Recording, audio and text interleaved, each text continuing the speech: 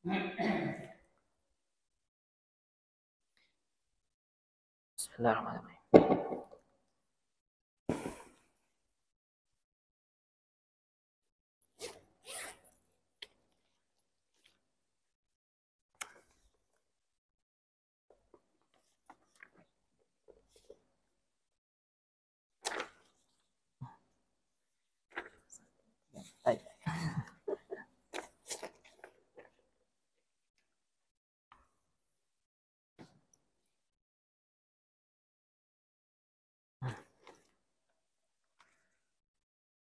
Bismillahirrahmanirrahim. Assalamualaikum warahmatullahi wabarakatuh.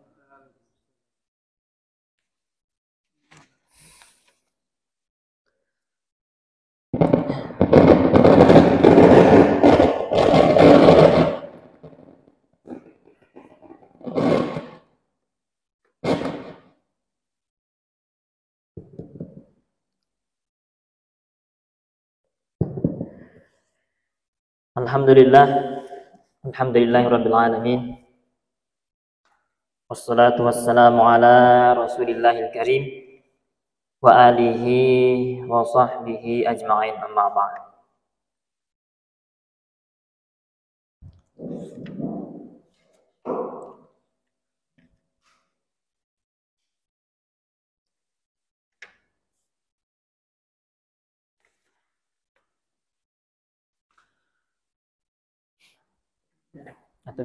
Syukur kehadirat Allah Subhanahu wa taala,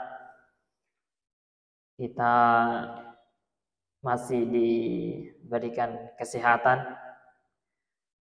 Banyak nikmat yang Allah berikan kepada kita, banyak sekali, sehingga saking banyaknya Allah pernah mengatakan dalam Al-Qur'an, wa in ta'uddu ni'matallahi la tuhsuha. Kalau engkau menghitung-hitung nikmat yang aku berikan kepadamu, la tuhsuha, tidak mampu kau hitungi. Ya, tidak bisa dihitungi, Pak. Itu saja mata ini.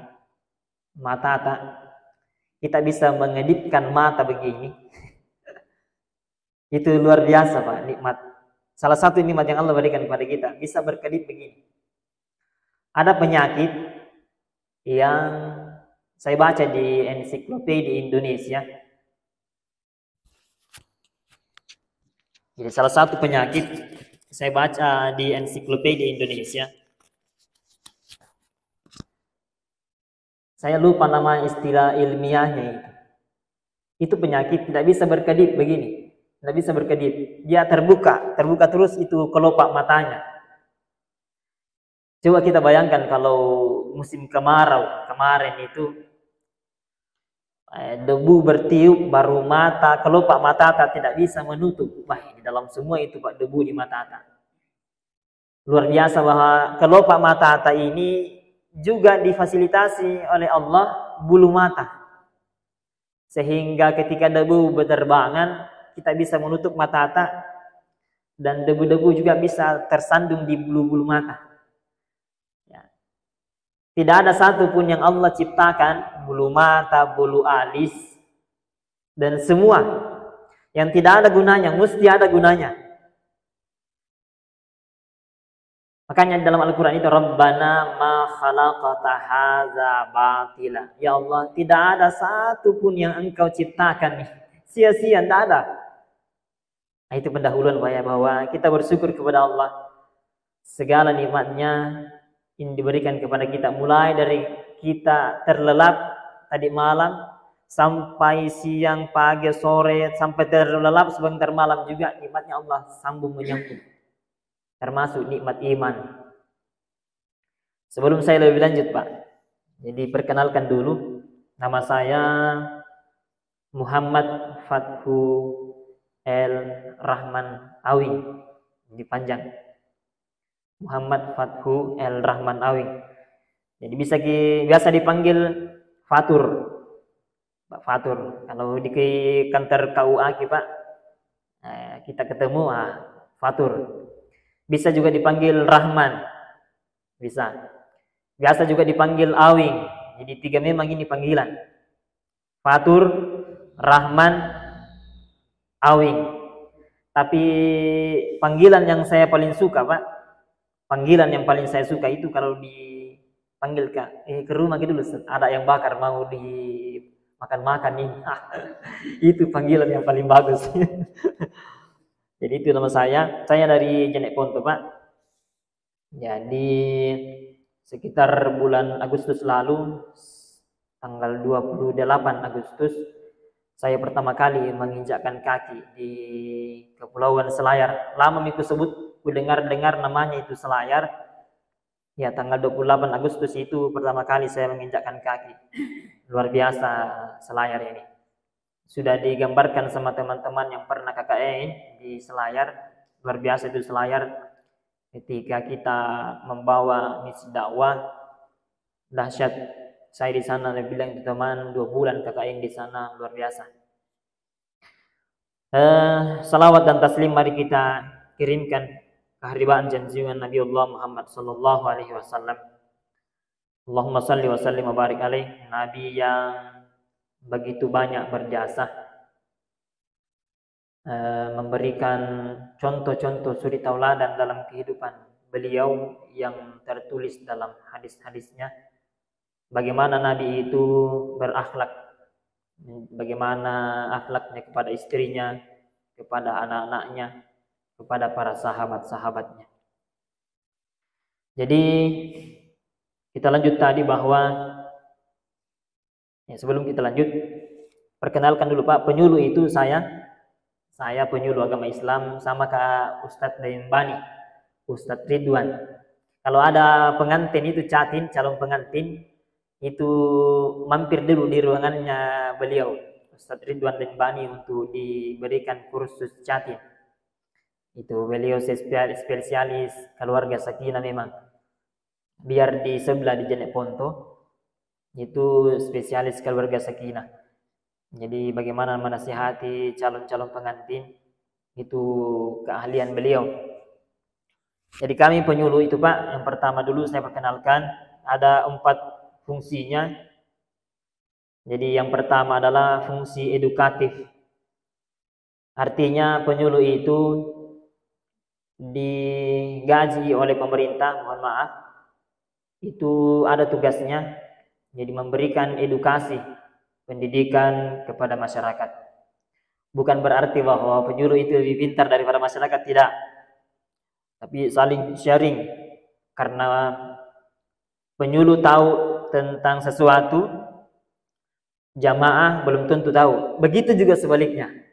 Jamaah banyak tahu hal yang penyuluh sendiri tidak tahu. Yang kita kaji di sini, yang kemungkinan barangkali belum diketahui atau sudah diketahui, tetapi diulang-ulangi. Karena ilmu itu salah satu penyakitnya itu ilmu, Pak. Afatul ilmin nisyan. Penyakitnya ilmu itu adalah lupa. Makanya di sini ada pesantren tahfiz, pesantren penghafal Al-Qur'an. Itu ilmu Al-Qur'an.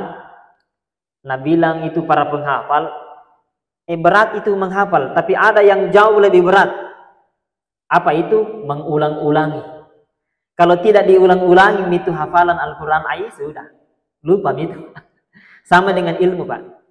Kita di sini salah satu tujuannya adalah untuk kemudian mengulang-ulangi kembali keilmuan kita, atau mungkin semakin memperluas.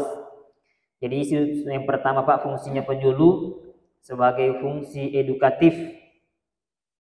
Karena memang dia ditempa, dididik, termasuk di balai diklat, kita disampaikan, dikasih ilmu di sana, bagaimana cara berdakwah, jaga perasaannya orang. Memang kita sebagai pendakwah, yang kita dakwah itu berbeda-beda kondisinya masyarakat. Kalau masyarakat pinggir pantai yang kita ceramahi, biasanya pinggir pantai itu keras-keras suaranya. Kenapa? Karena di pinggir pantai itu ada suara ombak. Jadi katanya itu penduduk di sekitar pantai masih kecil, harus memang nak besarkan suaranya. Karena tidak kedengaran suaranya yang di sebelah sana 5 meter, kalau tidak nak keraskan suaranya karena terhalang oleh suara ombak. Makanya katanya itu orang-orang pinggir pantai biasa besar-besar suaranya. Dibandingkan dengan orang-orang yang ada di pegunungan, itu di pegunungan itu tidak ada suara ombak. Suaranya sunyi seperti di Bogor itu di pegunungan. Itu dari Jawa itu, makanya orang dari Jawa itu yang dari pegunungan itu lembut-lembut suaranya, Pak. Biasa kita bicara seperti orang berbisik. Itu orang Jawa. Makanya beda. Itu diajarkan kepada kita semua bagaimana cara berdakwah pelan-pelan. Berdakwah itu kasih ilmunya seperti dokter. Nah, itu juga salah satu. Dokter itu kalau datangi pasiennya duduk, jangan langsung kasih obat. Ya ini Pak, obat. Langsung pergi sudah ke sana lagi bayar. Tidak begitu itu dokter. Dokter itu kalau datangi pasiennya, duduk Pak ya. Ditanya-tanya apa Pak yang sakit? Pinggangku. Nah, tanya dulu pinggangnya. Sering pusing-pusing Pak kepala tak? Iya. Nah, ditanya-tanya dulu. Kalau sudah mina tanya, nah tahu ini apa, diperiksa nih lagi itu di kompok-kompok, nah ditensi berapa tensinya. Setelah itu ditahu apa ini kebutuhannya, ini kebutuhannya dikasih ke obat ini, karena obat ini bisa mengobati itu pinggangnya yang sakit, yang pusing-pusing kepalanya. Jadi dideteksi dulu, sama dengan pendakwah. Pendakwah itu yang diajarkan ke kami. Datang ke suatu daerah, cari tahu dulu apa kebutuhannya. Jangan sampai kebutuhannya makan songkolo baru lu kasih ke jagung. Nah, lain itu.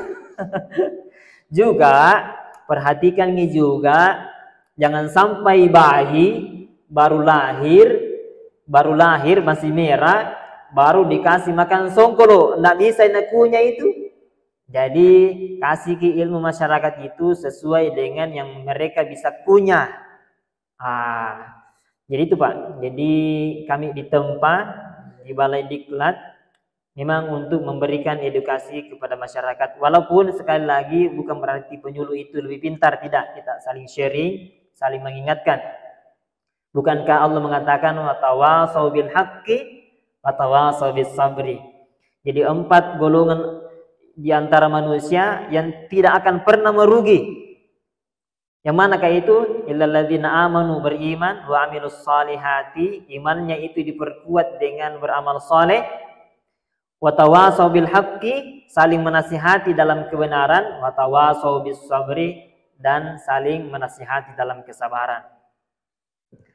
Baik. Jadi kita perkenalan ini Pak. Perkenalan. Walaupun kita judul yang saya bawakan ini adalah hukum-hukum asas dalam Islam, tapi ada beberapa motivasi yang ingin saya sampaikan dulu. Beribadah itu Pak, itu penting. Beribadah, sholat, puasa, itu ibadah, itu sangat penting sekali. Tapi ada sesuatu yang tidak kalah pentingnya. Ada sesuatu yang tidak kalah pentingnya daripada ibadah itu. Apa itu? Ilmu. Ilmu itu tidak kalah pentingnya daripada ibadah. Kalau kita takbir Allahu Akbar, kita baca doa iftitah, itu ilmu itu. Kita sholat, tapi tidak membaca Al-Fatihah, padahal tidak ada sesuatu yang menghalangi kita. Itu berarti tidak tahu ilmunya sholat, bahwa Al-Fatihah itu rukunnya sholat. Tidak sami sholatnya itu. Jadi ilmu itu tidak kalah pentingnya dari ibadah. Beribadah itu penting, tapi ada sesuatu yang tidak kalah pentingnya, yaitu ilmu. Ini insyaallah yang kita akan angkat. Ada sebuah kisah ini sebelum kita lanjut. Ada seorang suami, ini suami. Jadi tolong Pak ya sebentar, ingatkan, jangan sungkan-sungkan, Ustaz, sampai nih sholat isya. Jangan sungkan-sungkan Pak. Biasa tuh kalau saya keenakan di Masjid Nurul Amin berbicara, tidak ada jamaah yang dengarkan. Nanti azan di sini Di sini saya dengar ke sana azannya, berhenti main. Ada suara azan di sana. Ada seorang bapak, 2 istrinya. Ini kita bicara dengan ilmu ini, berkaitan dengan ilmu. Pentingnya itu ilmu, Pak. Jadi ibadah itu penting, tapi ada yang tidak kalah pentingnya itu ilmu. Nah, ini berkaitan, ini kisah. Ini kisah saya baca dulu waktu saya di pesantren, di sebuah buku. Ada seorang bapak, 2 istrinya. Istrinya yang pertama namanya Azizah. Istri yang pertama namanya Azizah, itu umurnya itu sudah 50 tahun nih. Agak keriput-keriput nih matanya, sudah agak tua nih. Tapi ada istri mudanya, istri kedua. Umurnya itu masih 17 tahun. Baru tamat SMA barangkali ini. Namanya istri pertamanya ini Hasanah. Hasanah nama istri pertamanya. Waktu tawaf di Mekah, jadi nabawa dua-duanya ini istrinya naik di tanah suci. Jadi saya baca ini riwayat kisah waktu saya masih di pesantren dulu. Nabawa naik di Mekah berhaji, dua-duanya ini istrinya. Waktu tawaf di Ka'bah, Masjidil Haram itu suaminya karena tidak ada sekolahnya kasihan. Jadi dari kecil itu dia gembala kambing. Dari hasil berdagang kambing itu banyak uangnya. Makanya dua juga istrinya naik tanah suci. Waktu bertawaf di tanah suci itu didampingi oleh 2 istrinya. Satu doa yang selalu dia baca, karena itu yang dia dengar waktunya kecil, dari kecil sampai dewasa sampai tua. Satu doa anak tahu. Doa apa itu? Doa sabu jagat. Rabbana atina fid dunya hasanah wa fil akhirati hasanah wa qina azabannar. Itu jina ulang-ulang ini, putar-putar di situ di tawaf. Saya ulangi, istri pertamanya itu namanya Azizah. Istri keduanya yang masih 17 tahun itu namanya Hasanah. Keliling, putar-putar, dia ulang-ulang itu doa. Rabbana atina fid dunya hasanah wa fil akhirati hasanah wa qina azabannar. Nah, dengar istrinya. Karena dari tadi kamu itu selalu istri pertamamu Hasanah yang kau doakan. Saya itu yang berjuang dulu, mendampingi kamu. Mulai kamu miskin sampai kamu berhasil dengan daganganmu, saya itu yang membantu kamu, mendampingi kamu. Dia itu istri baru, baru dia. Kenapa dari tadi itu Hasanah sebut doakan? Sebut-sebut tanya namaku. Sebut-sebut nama aku. Cemburu. Dia bilang, jangan ku ribut-ribut di sini. Mana tidak? Kamu ini tidak melupakan, mentang-mentang sudah tua, sudah keribut, yang baru jitu, yang masih cila-cila, yang masih merah-merah merona pipinya yang kamu doakan. Mentang-mentang sudah tua, akhirnya ini suaminya, karena dia tidak mau bertengkar di depan orang banyak ini banyak polisi di situ, akhirnya iakan. Bilang sebutnya namaku. Akhirnya nadoakan Rabbana atina fid dunya hasanah wa fil akhirati azizah wa qina azabannar. Nah, sebutnya istri pertamanya Azizah. Nah, putar-putar. putar-putar Rabbana atina fid dunya hasanah wa fil akhirati azizah wa qina azabannar. Besar suaranya, dengar polisi. Nah, dengar ke polisi, ditangkap gini. Dipanggil gini. Kenapa ini pelecehan terhadap Al-Quran? Ayat itu yang kamu ubah-ubah. Ditangkap ke polisi, Pak. Kenapa itu? Kenapa? Itu yang saya maksudkan tadi, bahwa beribadah itu penting, Pak. Ibadah kan tanah suci berhaji, itu ibadah. Tapi ada satu yang tidak kalah pentingnya. Apa itu? Ilmu. Dia beribadah tapi tidak ada ilmunya. Akhirnya itu ayat na'ubai. Jadi ada sesuatu, Pak, yang tidak kalah pentingnya daripada ibadah. Apa itu? Ilmu.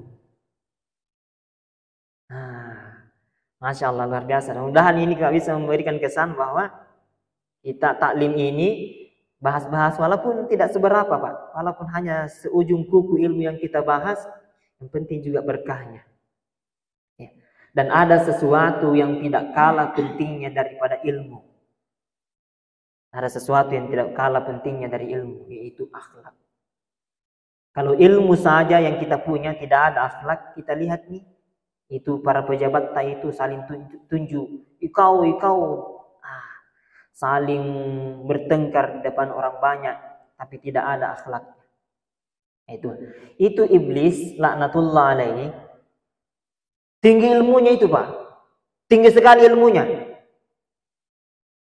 Saking tingginya ilmunya itu iblis, ibarat naik motor pertama kali anggaplah ada anak tabrak pertama kali naik motor. Pertama kali langsung bisa balap. Itu iblis ketika pertama kali menggoda, itu langsung Nabi, langsung bisa nabulinta. Apa itu bulinta? Apa itu nabanting? Langsung seorang Nabi langsung bisa nabanting. Siapa? Nabi Adam alaihissalam. Saking pintarnya itu iblis. Itu ribuan tahun yang lalu. Bagaimana nih iblis sekarang yang setiap hari, setiap sore, setiap pagi, setiap malam pekerjaannya itu saja menggoda. Berarti sekarang sudah profesor nih dalam hal menggoda dia. Ketika belajar saja menggoda pertama kali itu langsung Nabi bisa nabulinta. Bagaimana nih hebatnya ilmunya sekarang. Jadi iblis itu berilmu, tapi satu kelemahannya, dia tidak punya akhlak. Itulah kita manusia dikasih akal untuk gunakan akhlak kita. Bukan hanya ilmu, karena banyak orang itu Pak ilmu saja selalu sombong. Sombong sekali dengan ilmunya. Padahal Allah mengatakan wa ma utitum minal ilmi illa qalila. Tidak kuberikan ilmu kepadamu manusia kecuali sedikit saja. Contohnya Pak Habibie. Pak Habibie itu orang hebat Pak. Hebat sekali itu. Ada satu penemuannya itu menemukan ada alat di situ di pesawat. Biasa kita lihat itu di medsos dibahas oleh ustaz-ustaz kita. Itu sampai sekarang mengalir terus itu. Kalau ada yang menggunakan itu penemuannya Habibie, dia bayar kepada Habibie, dan yang ngambil itu anak cucunya Habibie. Ada istilahnya itu. Jadi kita menemukan sesuatu, maka yang selama ada orang nanti di kemudian hari yang menggunakan penemuan kita, maka dia akan bayar. Dan yang diambil oleh anak cucu-cucu kita itu ilmunya. Profesor Habibie itu mantan presiden. Tapi sepintar-pintarnya Pak Habibie itu kalau disuruh bikin kue, butuh itu kue ya Pak. Kenapa? Karena keahliannya itu kepintarannya hanya di membuat pesawat. Tapi kalau bikin kue, tidak pintar ki. Suruh bikin perahu, tidak bisa. Itu yang maksudnya Allah itu wa ma utitum minal ilmi illa qalila.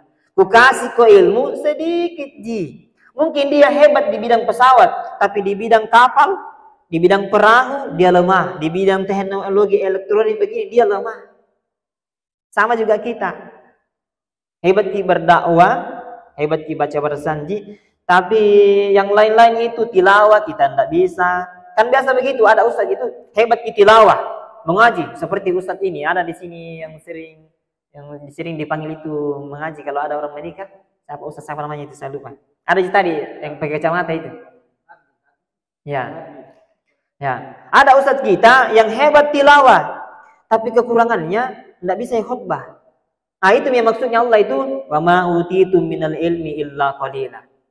Tidaklah aku berikan kepadamu ilmu kecuali sedikit saja. Sebaliknya ada juga pintar khutbah tapi tidak bisa tilawah. Ada juga begitu. Tapi ada juga bisa tilawah, bisa. Tapi bagaimanapun juga kita tidak bisa menyombongkan ilmu yang kita punya. Karena seberapa sih ilmu kita? Hanya sedikit yang Allah berikan. Selanjutnya Rasulullah Shallallahu Alaihi Wasallam saya ingin memotivasi diri saya dan kita semua. Apa untungnya kita datang ke masjid? Rasulullah Shallallahu Alaihi Wasallam mengatakan, "Man ghada ilal masjid."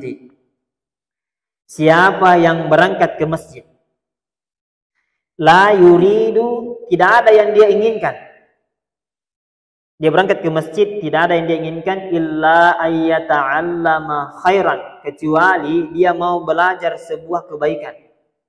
Ya, insya Allah mudah-mudahan kita tinggal di sini ada unsur ke sana. Siapa yang berangkat ke masjid, tidak ada yang dia inginkan kecuali untuk belajar sebuah kebaikan, au yu'allimahu, atau mengajarkan sebuah kebaikan. Nah, paling tidak penceramah nataba ini. Kana lahu ka'ajri hajin taman hajatuhu. Maka pahalanya dia mendapatkan pahala seperti pahala sedang berhaji di Baitullah Al-Haram.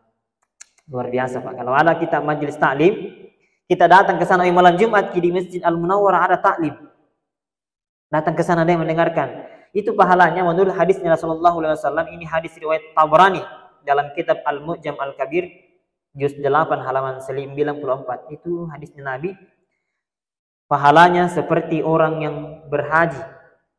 Tidak pergi jadi di Baitul Haram, tapi pahalanya Pak, seakan-akan kita berhaji di Baitullah Al-Haram. Yang kedua,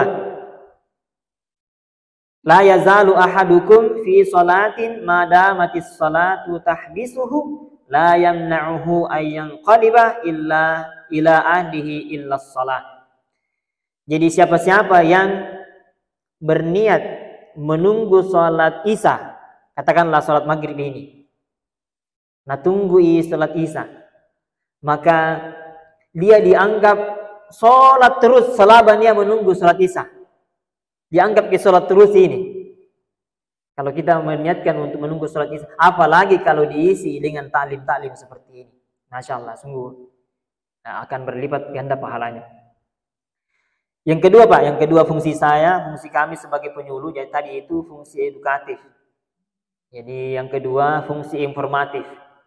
Jadi kalau ada aturan-aturan yang baru dari atas, seperti pernikahan sekarang, itu kan umur 19 tahun. Ya dulu itu umur 17 tahun. Nah kemudian karena banyaknya perceraian, anak-anak itu ya begitulah anak-anak. Padahal pernikahan itu ibarat dia mainannya orang dewasa, bukan mainannya anak-anak. Oleh pemerintah umur 17 tahun masih dianggap anak-anak. Karena banyak anak-anak bayi-bayi yang lahir itu stunting, ongol-ongol ki. Pokoknya lain-lain nih anaknya itu kalau masih terlalu muda. Banyak yang terjadi seperti itu. Sehingga kalau ada aturan baru seperti itu, maka kami sebagai penyuluh yang berkewajibannya menyampaikannya kepada masyarakat bahwa kalau bisa diundur sampai umur 19 tahun Pak, baru setujui pemerintah bisa terbit buku nikahnya, kecuali kalau ada dispensasi dari pengadilan karena terlalu mendesak nih ada sesuatu. Nah itu namanya fungsi informatif. Kami ini menginformasikan kepada masyarakat kalau ada aturan-aturan dari pemerintah. Yang ketiga fungsinya penyuluh adalah fungsi konsultatif. Nah, Pak pernah datang ke kantor KUA, kalau tidak salah waktu itu ingin berkonsultasi, minta pendapatnya Pak KUA kah, pendapatnya penyuluh, bagaimana Pak kalau begini, ada kasus begini. Ada juga pernah polisi datang ke sana, dia bermasalah dengan ibunya itu istri kedua dari bapaknya.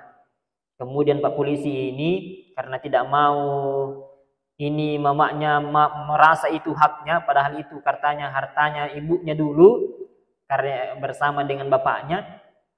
Nah itu datangnya ke kantor KUA. Jadi kita berkonsultasi namanya. Kita memberikan solusi, begini Pak solusinya. Itu fungsinya penyuluh juga. Yang terakhir advokatif. Fungsi penyuluh advokatif itu umpamanya ada ajaran baru yang masuk ke sini berdakwah, ustadz dari luar. Nah bilang sholat wajib itu cuma 3 kali. Bukan 5 kali sehari semalam, bukan. 3 ji. Penyuluh itu mendampingi jamaah untuk menjelaskan bahwa ini ayat-ayatnya, dalil-dalilnya yang mengatakan sholat wajib itu ada 5. Jadi ini dalilnya subuh, isya, duhur, maghrib, dan asar. Nah, itu advokatif namanya.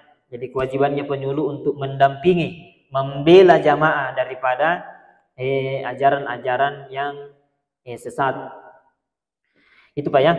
Baik, kita masuk ke materi kita. Baru masuk ini, itu tadi pendahuluan itu Pak.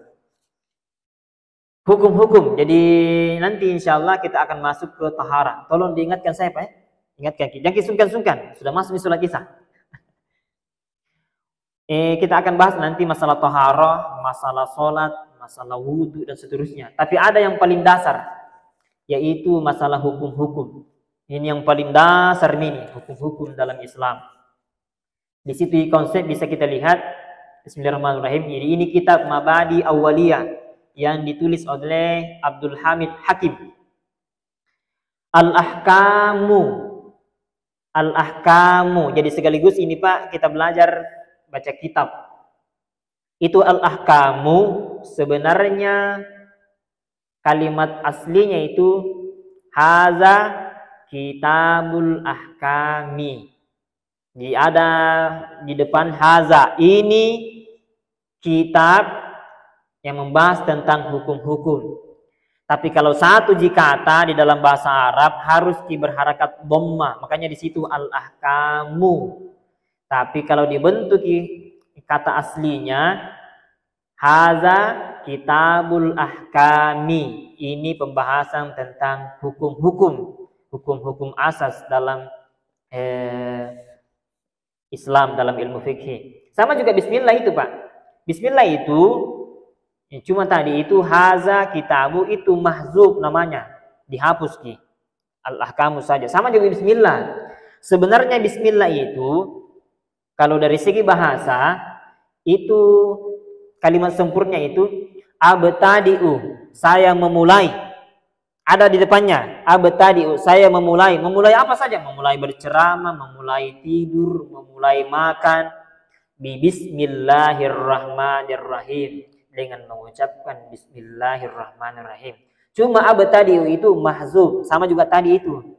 Haza kitabul ahkami. Cuma haza kitabu di sini dihapus ki, mahzub namanya dalam bahasa Arab itu.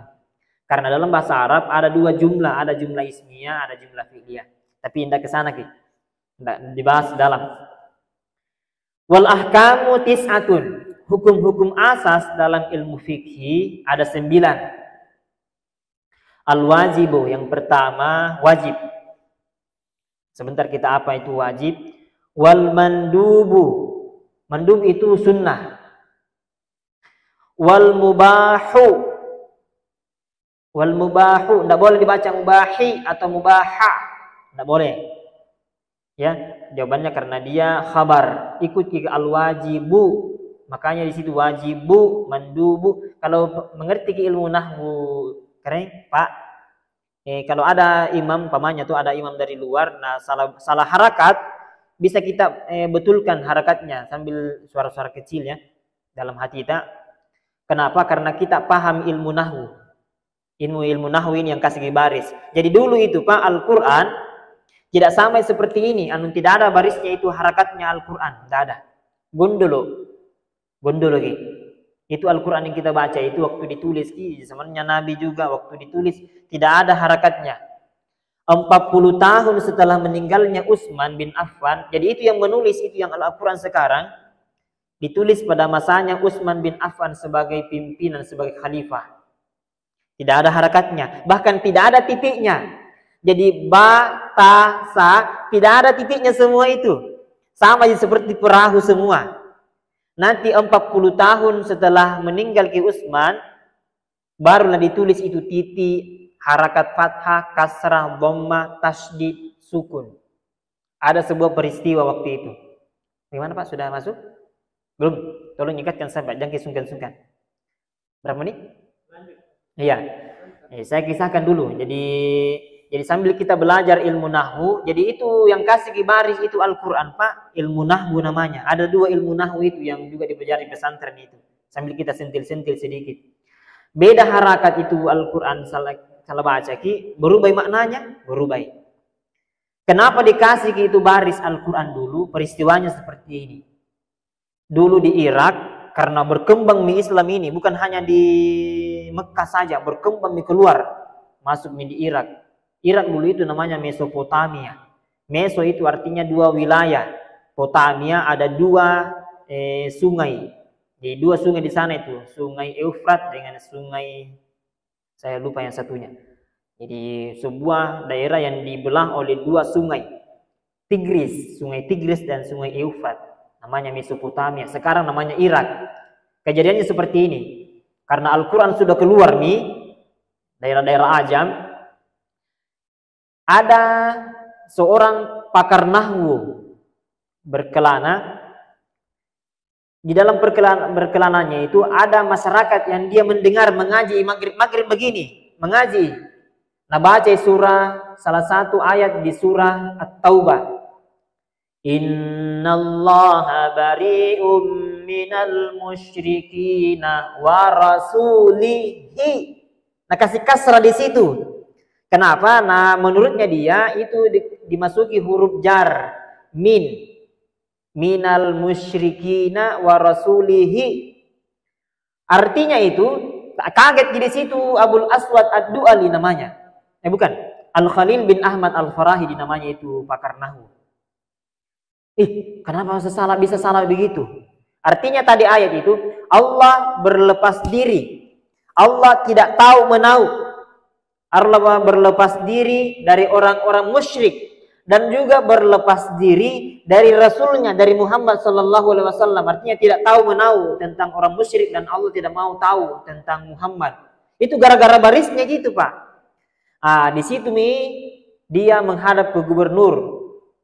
Pak Gubernur, saya siap memberi harakat itu Al-Quran karena ada masyarakat yang salah baca. Harusnya itu bisa kita cek di surah At-Taubah itu. Innallaha bari'um minal musyrikina, bukan wa rasulihi, bukan wa rasuluhu, harus dhamma. Maksudnya itu Allah berlepas diri dari orang-orang musyrik, artinya tidak mau menolong nanti di akhirat. Berlepas diri Allah, tidak mau tahu. Pokoknya masuk ke neraka.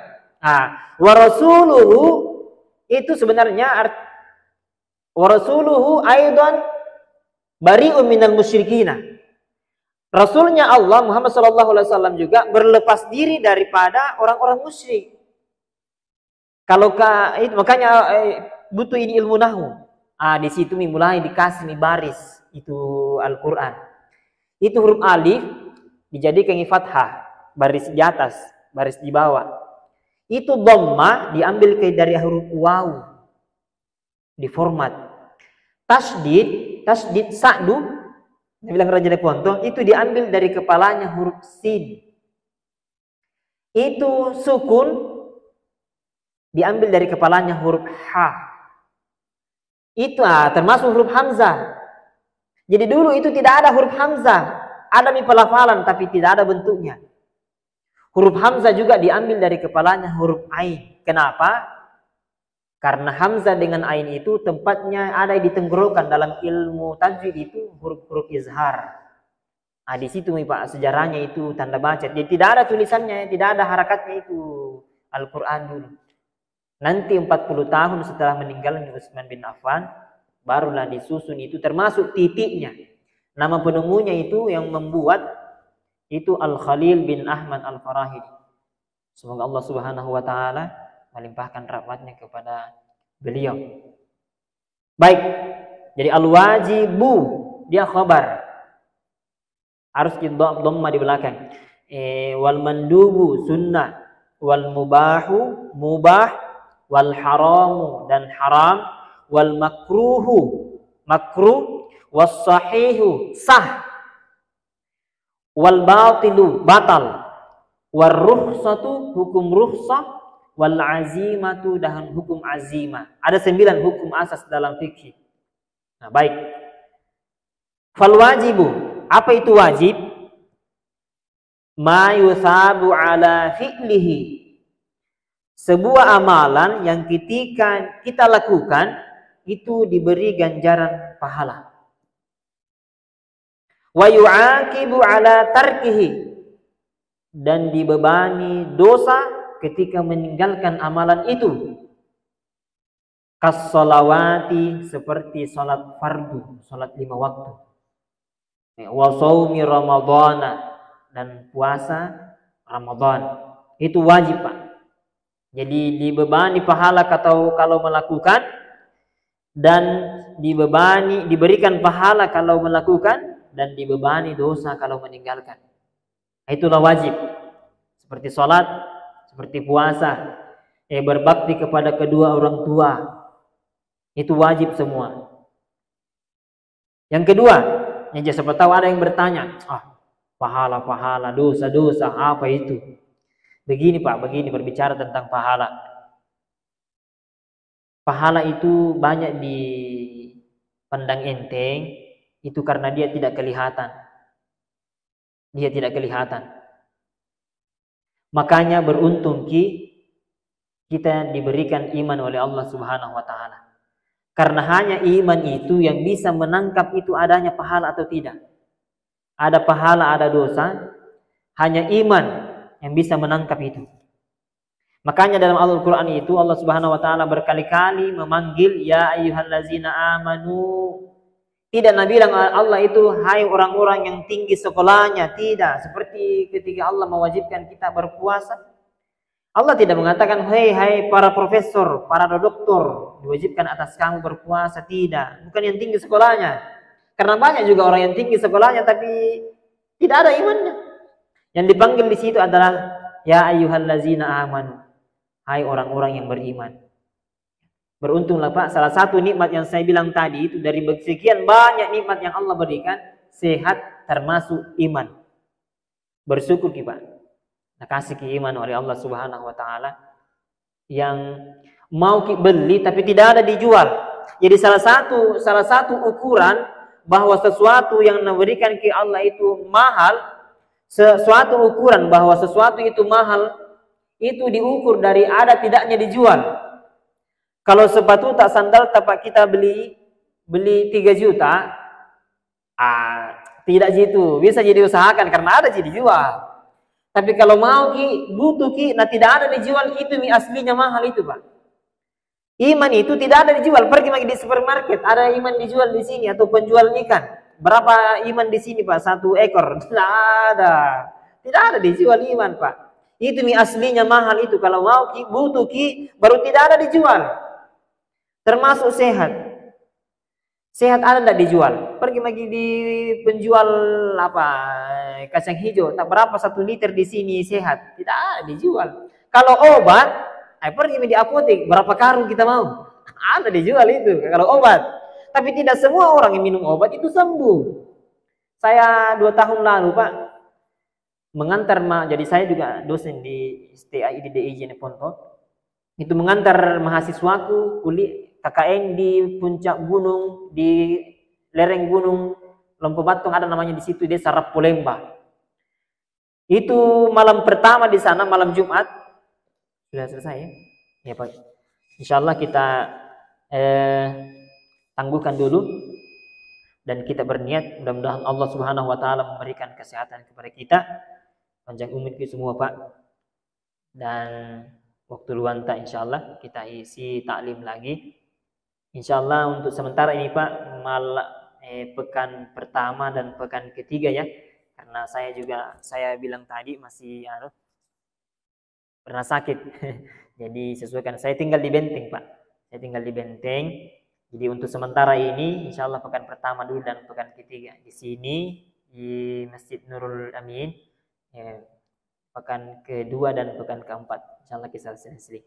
Mudah-mudahan keberadaan anta untuk mengikuti taklim ini bernilai ibadah di sisi Allah Subhanahu wa taala. Hadanallahu wa iyyakum ajmain. Terima kasih banyak, Pak, atas kesempatan anta. Assalamualaikum warahmatullahi taala wabarakatuh.